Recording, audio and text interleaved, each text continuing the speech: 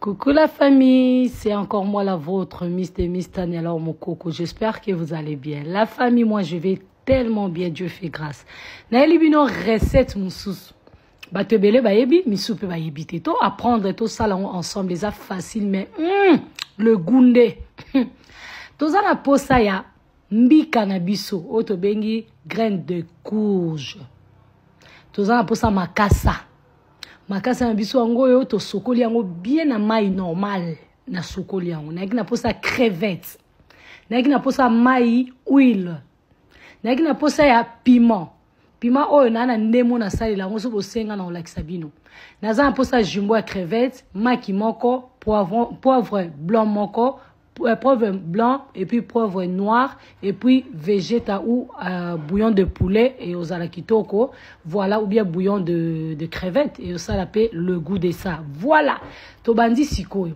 Nazui muke kaka ya jumbo nanga ya crevettes na mix na mélanger ensemble. Keba mungwa mingi te mama, pas trop gras, trop sucré, trop salé et zo baby sa santé et baby ça appelle goût biloko. Voilà.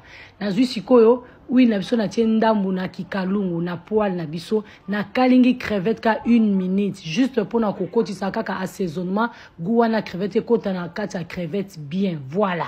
Après na ye ko ça la mélange. Nazui poivron noir yango yo na tie ndambu po ezaka pe na mungwa mama papa poivre blanc yango na pe na ocha ndambu. Voilà, quantité ya muke et puis to ekozwa piment o ya le goût de sable piment de la gloire na tie so linga pipi te ko chate na siko na mchango ensemble. Voilà, dans un aposa na chanini na chape moi végéta na ngai to bouillon na ngai aroma na ngai ngwana na zo cha muke cha muke mise koki bon et koki. Voilà, la famille na ekozwa maki na nga moko na tie na bandi ko tourner ko mélanger ensemble. Voilà, na mélanger ensemble na mélanger après na ekosa ndeni na ekozwa kikalungu na biso o to tika ki na mwa mai et crevette o to zai na crevette to bois ki crevette na biso na kati yangwana kitoko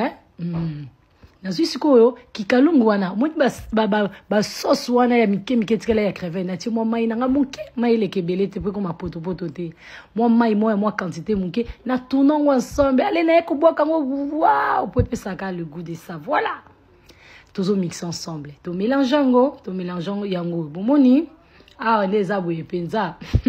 So ozana mbisa okauka mike, okocha muke, okocha pe makayabu muke. Oui, okoi kocha en tout cas eza kitoko mbisa okauka ou makayabu en tout cas erosala toujours bien. Voilà. Makasa na biso yango la famille. Non like sabino makasa. Na chaki yango na inanga na sokola ki yango bien siko na nazwa ba mélange na biso na koti sango na kati mais avant wana toza posa huile muke juste to tia na makasa po ekanga mbika na biso te za la kolete hein.